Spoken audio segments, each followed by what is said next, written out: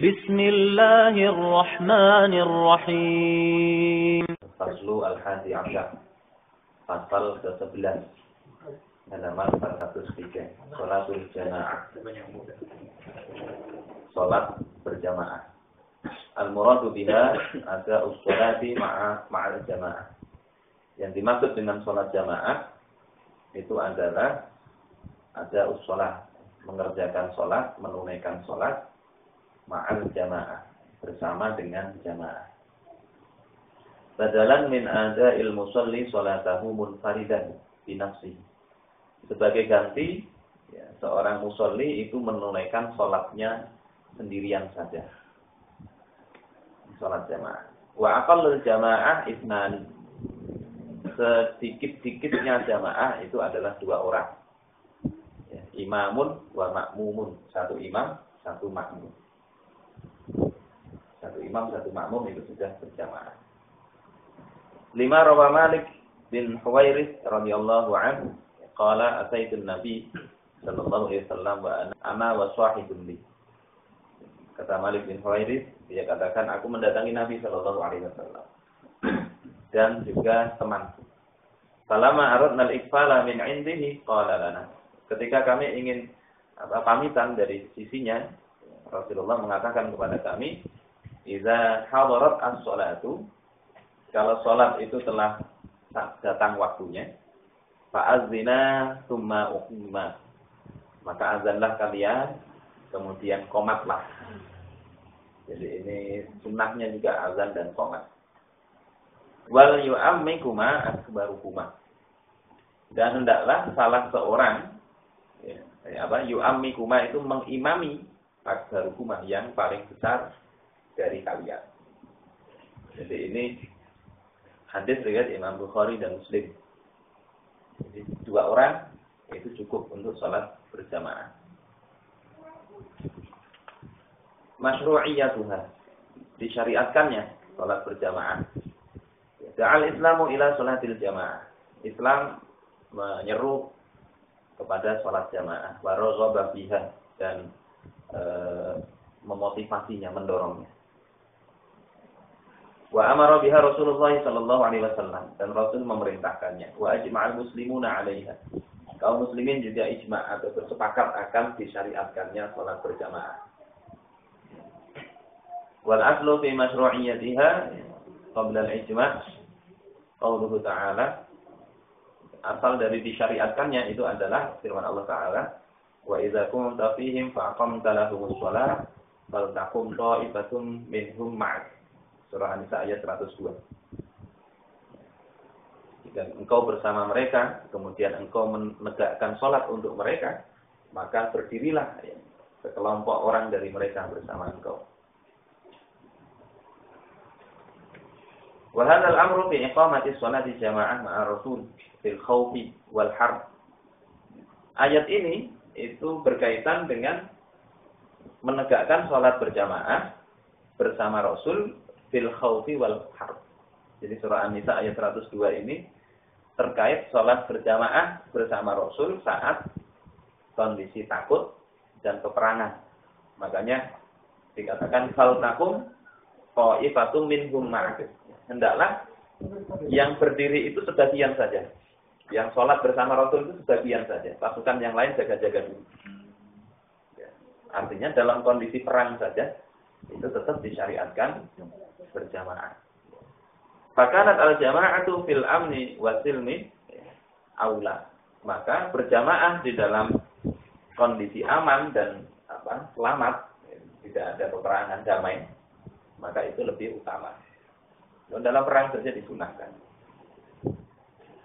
Juga ditetapkan sholat jamaah ini dengan sunnah. Di antaranya riwayat Ibnu Umar radhiyallahu anhuma anna Rasulullah sallallahu alaihi wasallam qala salatul jamaah tafdulu salatul fardhi bi 27 darajah. Salat jamaah itu lebih afdal daripada salat sendirian 27 derajat. Sudah banyak hafal riwayat Imam Bukhari. Dalam riwayat yang lain, riwayat Imam Bukhari juga, afdalu min sholati ahadikum wahdahu bi 25 darajah. Itu lebih afdal daripada sholat kalian 25 derajat. Jadi kalau ada 25, 27 itu ada riwayatnya. Hikmahnya itu adalah litahqiqi ahdatin katsira fi tasdiqil aqidah wal iman bi iqamatis shalah bi syaklin jama'i.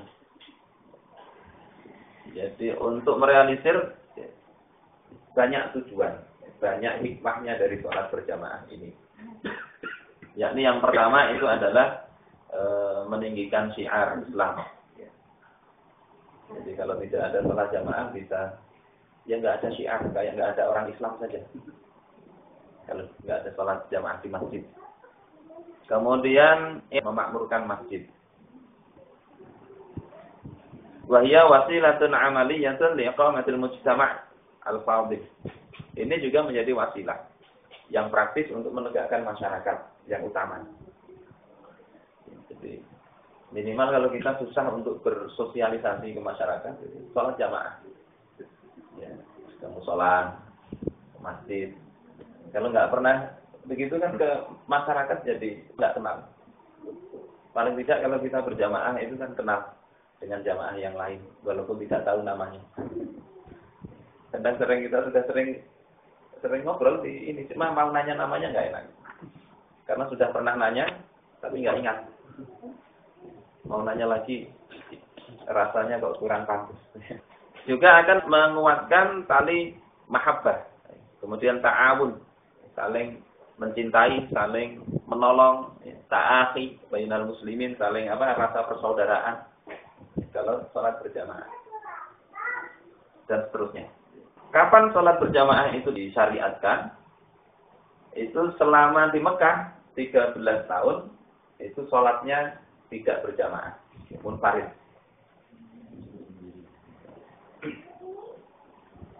Jadi mereka sholat di rumah mereka. Falamma hajara Rasulullah sallallahu alaihi wasallam, ketika Rasulullah hijrah, wasahbuhu dan sahabatnya juga hijrah ilal Madinah, ke Madinah, aqamal jamaah.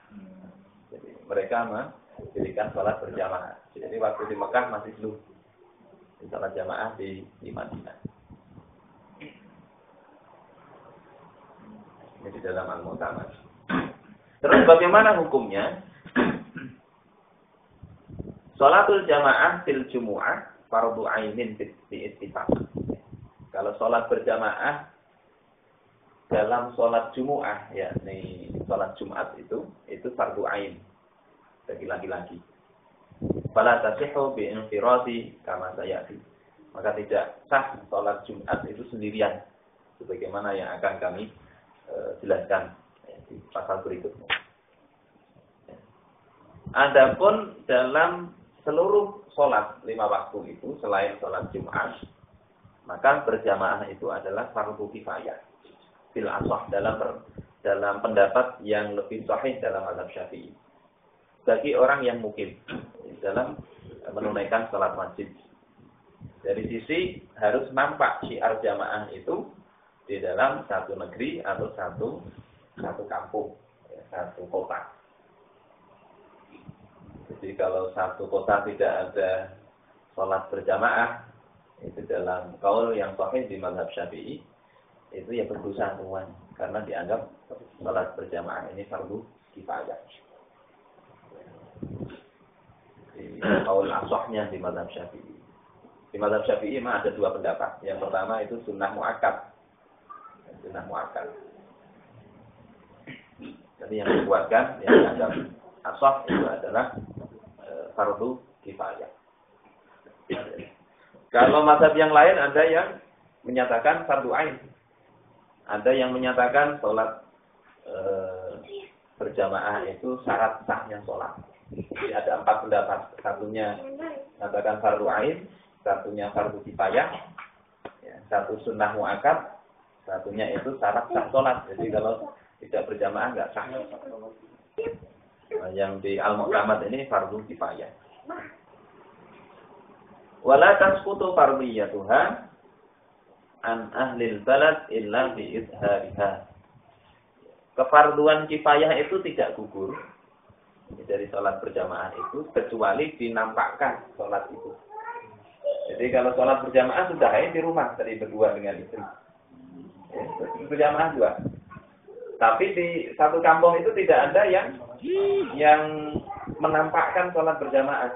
Ada azan yang kencang, nggak ada yang pokoknya nggak ada syiarnya. Maka dalam pandangan mazhab Syafi'i itu masih belum gugur fardu kifayah walaupun sudah sholat berjamaah juga di rumah.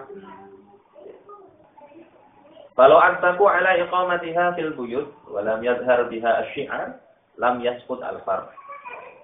Kalau syiarnya itu dia qomat di rumah ya, qomat ditegakkan di rumah sholat itu, tapi tidak nampak syiar, maka juga tidak gugur kefarduannya.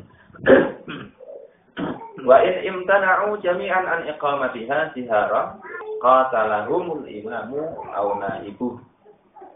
Kalau mereka itu tidak mau melakukan tadi, tidak mau sholat berjamaah dengan terang-terangan, qatalahumul imam, maka hendaknya penguasa itu memerangi mereka. Jadi bukan hanya perkara wajib ain saja, fardu kifayah pun diperangi imam atau penggantinya atau naibnya. Dengan alasan hadis Abu Darda yang sudah disampaikan sebelumnya. Yakni yang Rasul katakan, sungguh aku ingin ada orang yang mengimami sholat dan kemudian aku keliling dan membakar rumah-rumah yang orangnya tidak sholat berjamaah. Itu hadis itu dipahami dalam mazhab Syafi'i, dalam qaul asahnya itu sebagai fardu kifayah. Wa tushra'u sholat berjamaah lin nisa walakinnaha la tata'akkadu 'alaihinna. Disyariatkan juga sholat jamaah itu bagi wanita, tetapi tidak ditekankan ya, sebagaimana laki-laki. Satu syura'u lahunna sholat jama'atan fil masjid wa fil bait. Disyariatkan juga wanita itu sholat jamaah baik di masjid maupun di rumah. Walakinnal jama'ah lahunna fil bait afdal. Tetapi sholat jamaah bagi wanita di rumah itu lebih afdal. Bagaimana hadis riwayat Ibnu Umar, Rasulullah mengatakan la tamna'u nisa'akum al-masjid ya wa buyutuhunna khairul lahun. Ini hadis riwayat Imam Abu Dawud. Janganlah, kata Rasulullah, kalian larang istri kalian untuk sholat di masjid. Jadi kalau punya istri jangan dilarang sholat di masjid. Tetapi rumah-rumah mereka itu lebih baik bagi mereka. Walaupun suami sebetulnya juga punya, ini larangan Rasul ini bukan larangan haram, ya larangan makruh. Artinya kalau suami melarang ya bisa aja sebetulnya. Bagaimana Umar itu pernah melarang atikah untuk sholat di masjid. Tapi atikahnya pintar jawab. Kalau aku nggak ke masjid, ya aku ingin mendengar engkau ini pengajian bahasa kita begitu.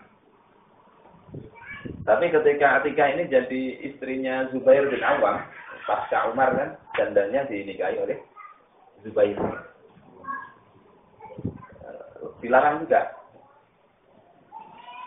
Tetapi ada hadis ini akhirnya Zubair nggak bisa melarang. Dalam riwayatnya akhirnya Zubair